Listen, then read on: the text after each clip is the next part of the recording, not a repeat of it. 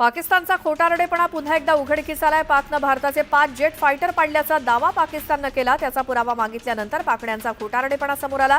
पाकिस्तानच्या सुरक्षा मंत्र्यांनी हास्यास्पद उत्तर दिलं। सोशल मीडियावरून आम्हाला या संदर्भात माहिती मिळाली, असं हास्यास्पद उत्तर त्यांनी दिलं। अल कायदाकडनं भारताविरोधात जिहादचं आवाहन करण्यात आलंय। ऑपरेशन सिंदूर म्हणजे भारताची आक्रमकता असा आरोप करत निवेदन जारी करण्यात आलं। पाकिस्तानातलं लाहोर स्फोटानं हादरलं। लाहोरच्या जुन्या विमानतळाजवळ स्फोट झाले। यानंतर लाहोर विमानतळ बंद करण्यात आलंय। क्षेपणास्त्रांनी हल्ला केल्याचा दावा प्रत्यक्षदर्शींकडनं करण्यात आला।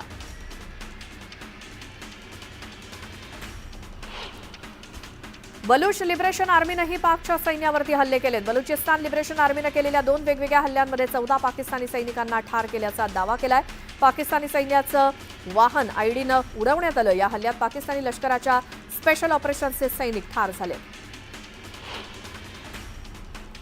भारताच्या ऑपरेशन सिंदूर नंतर पाकिस्तानी लष्कराची झोप उडाली। पाकिस्तानातल्या रावळपिंडी इथे पाक आर्मीच्या मुख्यालयात ब्लॅकआउट करण्यात आला होता। अनेक नागरिकांना सुरक्षित ठिकाणी स्थलांतरित करण्यात आलंय।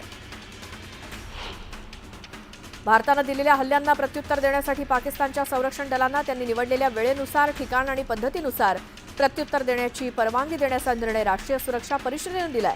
भारतानं केलेल्या हल्ल्यात निरपराध नागरिकांचा मृत्यू झाल्याचा कांगावा पाकनं केलाय। पाकिस्तानातल्या मुरीदके इथल्या हल्ल्याची दृश्य समोर आली आहेत। भारतीय क्षेपणास्त्रांच्या हल्ल्यानंतर ढिगाऱ्यात दहशतवाद्यांचं केंद्र असल्याचं दिसून येतंय। भारतीय लष्करानं पाकव्याप्त काश्मीरमध्ये हवाई हल्ला केला। यात दहशतवाद्यांचे अड्डे उद्ध्वस्त करण्यात आलेत। या हल्ल्यानंतरचे सॅटेलाइट फोटो समोर आलेत। मॅक्सार टेक्नॉलॉजीद्वारे भारतानं हवाई हल्ल्याचे सॅटेलाइट फोटो जारी केलेत। पाकिस्ताननं ऑपरेशन सिंदूरची चांगलीच धास्ती घेतली आहे। पाकिस्तानचं हवाई क्षेत्र रिकामं झालंय, त्यामुळे हवाई वाहतुकीतील बदल स्पष्टपणे दिसतायत। एअर फ्रान्स, लुफ्थान्सा, एमिरेट्स आणि ब्रिटिश एअरवेज सारख्या आंतरराष्ट्रीय विमान कंपन्यांनी पाकिस्तान टाळून आपले मार्ग बदलले। ऑपरेशन सिंदूर नंतर पाकचा थैथयाट सुरूच आहे। पाकिस्तानकडनं नियंत्रण रेषेवर पुन्हा शस्त्रसंधीचं उल्लंघन करण्यात आलं। राजौरी आणि पूंछमध्ये पाकिस्तानकडनं रात्री गोळीबार सुरूच आहे। मात्र पाकच्या गोळीबाराला भारतीय लष्करानं चोख प्रत्युत्तर दिलं। पाकिस्तानी सैन्यानं पूंछमध्ये गोळीबार केल्याचं समोर आलं। या गोळीबारात भारतीय लष्कराचा एक जवान शहीद झालाय। पाककडनं करण्यात आलेल्या गोळीबारात भारतीय सैन्याचा जवान दिनेश कुमार शर्मा यांचा मृत्यू झाला। पूंछमधील विचित्र हल्ला करण्यात आलेला आहे। पवित्र सेंट्रल गुरुद्वारा श्री गुरुसिंह सभा साहिबवरती पाकिस्तानी सैन्यानं अमानुषरित्या हल्ला केला। या हल्ल्याचा तीव्र निषेध करण्यात येतोय। शिरोमणी अकाली दलानं मृत शिखांच्या नातेवाईकांना श्रद्धांजली वाहिली। राजस्थानच्या जैसलमेरमध्ये मॉकड्रिलचा सराव करण्यात आला। सीमारेषेपासून जवळ असलेल्या जैसलमेरमध्ये ब्लॅकआउट करून हा सराव केला गेला। प्रत्युत्तराच्या शक्यतेनं भारताकडनं काळजी घेतली जाते। पंजाबमधल्या गुरदासपूर जिल्ह्यातील डेरा बाबा नानक इथल्या करतारपूर कॉरिडॉर बंद होता। पाकिस्तान आणि पीओकेमधील 9 दहशतवादी अड्ड्यांवरती भारतीय लष्करानं केलेल्या हल्ल्याच्या पार्श्वभूमीवर खबरदारीचा उपाय म्हणून हा कॉरिडॉर बंद करण्यात आल्याचं अधिकाऱ्यांनी सांगितलं। ऑपरेशन सिंदूर अंतर्गत पाकिस्तानातील दहशतवादी तळ उद्ध्वस्त केल्यावर पाकिस्तानचा थरकाप उडाला। संभाव्य दुस्साहसाच्या पार्श्वभूमीवर भारतीय सेना आणि सुरक्षा यंत्रणा सतर्क आहेत। लष्कर प्रमुख जनरल उपेंद्र द्विवेदी यांचं एलओसीवरील छोट्या मोठ्या घडामोडींकडे बारीक लक्ष आहे। रजेवर असलेल्या निमलष्करी दलाच्या जवानांना तात्काळ परत बोलावण्याचे आदेश गृहमंत्री अमित शहांनी दिलेत।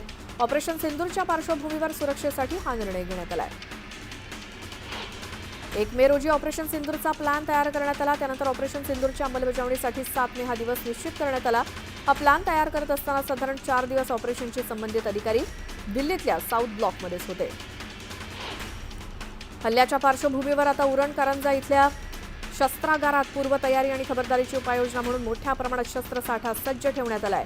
शस्त्रागारातूनच मुंबई बंदरातील नौदलाच्या लढाऊ बोटींच्या ताफ्याला शस्त्रपुरवठा केला जातो।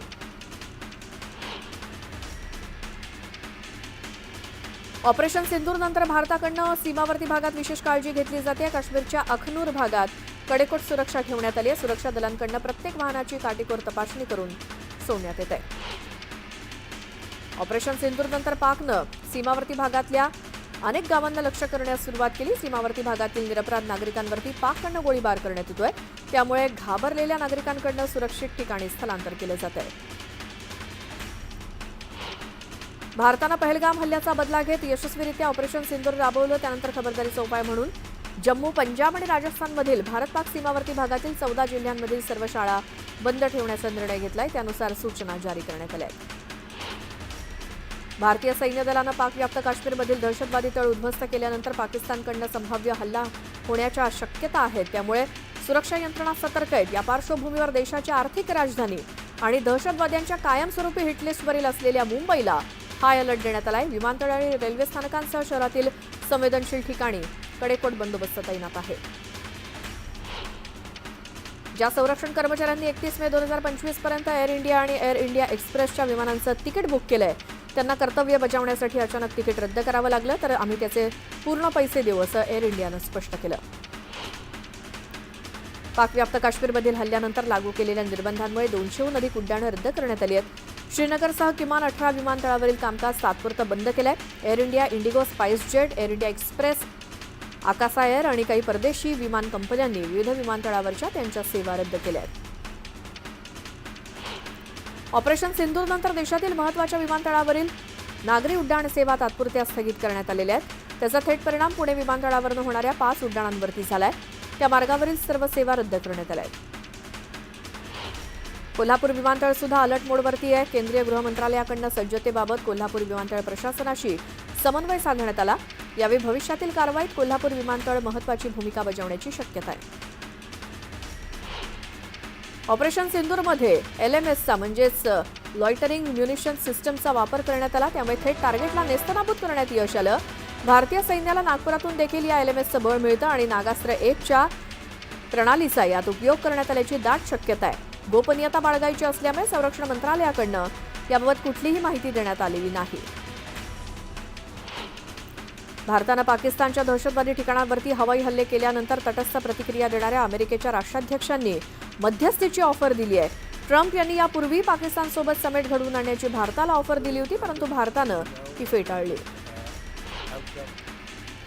भारताच्या कारवाईनं चीनचा तिळपापड झालाय. भारताच्या सैन्य कारवाईला दुःखद आणि खेदजनक असं चीननं म्हटलं. सध्याच्या परिस्थितीबाबत आम्ही चिंतेत आहोत. भारत आणि पाकिस्ताननं संयम बाळगावा असं चीनच्या परराष्ट्र मंत्रालयानं निवेदनात म्हटलंय.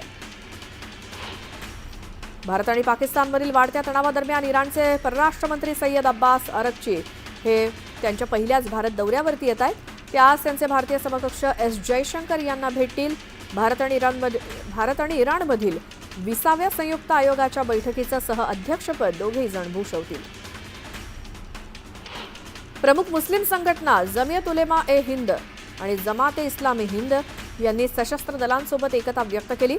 दहशतवादाविरुद्धच्या त्यांच्या कारवाईला संपूर्ण देशाचा पाठिंबा असल्याचं त्यांनी सांगितलं. ऑपरेशन सिंदूर राबवत भारतानं पाकमधील दहशतवादी तळ उद्ध्वस्त केले. या कारवाईचं स्वागत करत भारतात नागरिकांनी जल्लोष केला. पुरीच्या समुद्रकिनारी वाळू शिल्पाच्या माध्यमातून सैनिकांना सलाम करण्यात आला. न्याय मिळाला असं शिल्प इथे उभारण्यात आलं. भारतानं पाकिस्तानवरती केलेल्या एअर स्ट्राईकनंतर महाडमध्ये छत्रपती शिवाजी महाराज चौकात मंत्री भरत गोगावले यांनी आनंदोत्सव साजरा केला. यावेळी महायुतीच्या कार्यकर्त्यांनी पाकविरोधात जोरदार घोषणाबाजी केली. पाकिस्तानातील दहशतवादी ठिकाणावरती भारतीय सैनिकांनी हल्ला करून तळं उद्ध्वस्त केले. त्यामुळे चोपड्यात ABVPच्या वतीनं जल्लोष करण्यात आला. यावेळी फटाके फोडून पेढे वाटून जल्लोष करण्यात आला. सोलापुरातील डॉक्टर शिरीष वळसंकर यांच्या आत्महत्या प्रकरणी CID चौकशीच्या मागणीनं जोर धरलाय. शिवसेनेकडनं या प्रकरणी CID किंवा SID चौकशी करण्यासंदर्भात पत्र दिलंय. संतोष देशमुख हत्या प्रकरणाची सुनावणी 19 मे रोजी होणार आहे. न्यायाधीश रजेवर असल्यामुळे ही सुनावणी पुढे ढकलण्यात आली.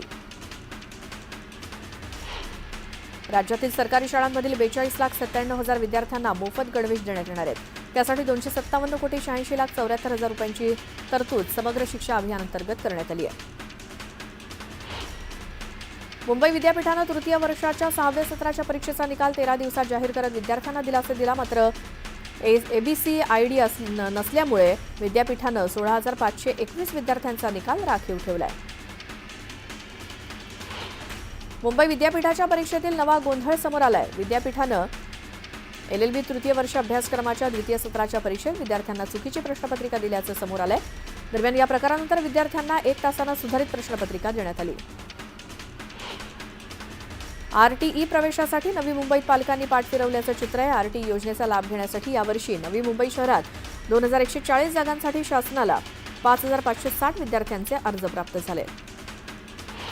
11वी ऑनलाईन प्रवेश प्रक्रियेसाठी उच्च माध्यमिक शाळा आणि कनिष्ठ महाविद्यालयांनी शिक्षण विभागाने दिलेल्या लिंकवरती नोंदणी करावी अशी सूचना करण्यात आली. नोंदणी केल्याशिवाय विद्यार्थ्यांना जागा अलॉट होणार नाही असं शिक्षण विभागानं म्हटलंय.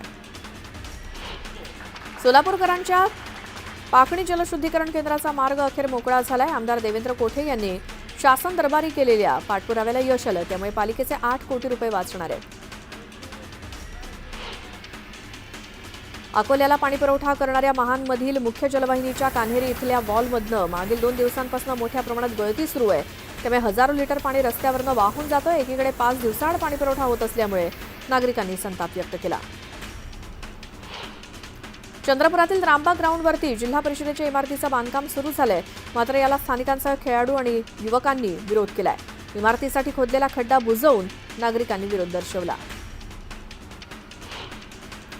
धाराशिवमध्ये तालुका कृषी कार्यालयासमोर कृषी सहाय्यक संघटनेनं आंदोलन केलं. कृषी सहाय्यकांचे पदनाम बदलून सहाय्यक कृषी अधिकारी असं करावं अशी मागणी आंदोलकांनी केली. जळगावातल्या पाचोरा इथे शेतपाणंद रस्त्याबाबत आमदार किशोर पाटील यांच्या उपस्थितीत आढावा बैठक झाली.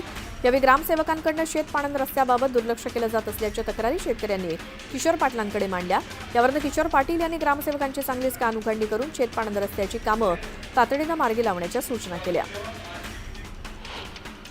रत्नागिरी जिल्ह्यातल्या दापोलीमध्ये कृषी सेवकांनी विविध मागण्यांसाठी आंदोलन सुरू केलंय. ऐन खरीप हंगामाच्या पूर्वसंध्येलाच कृषी कर्मचाऱ्यांनी काम बंद आंदोलन केल्यामुळे यावर्षीच्या खरीप हंगामाला फटका बसण्याची शक्यता आहे. वाशिमच्या लाखाळा भागात श्री संत गजानन महाराज संगीतमय भावकथेच्या सांगतेला श्री संत गजानन महाराज सार्वजनिक 11,111 बावनी पठण सोहळा घेण्यात आला. यावेळी श्री गजानन भक्तांनी सामूहिकरित्या बावनी पठण केली. या बावनी पठण सोहळ्यासाठी कारंजा विधानसभा मतदारसंघाच्या भाजपच्या आमदार सई डहाके उपस्थित होत्या.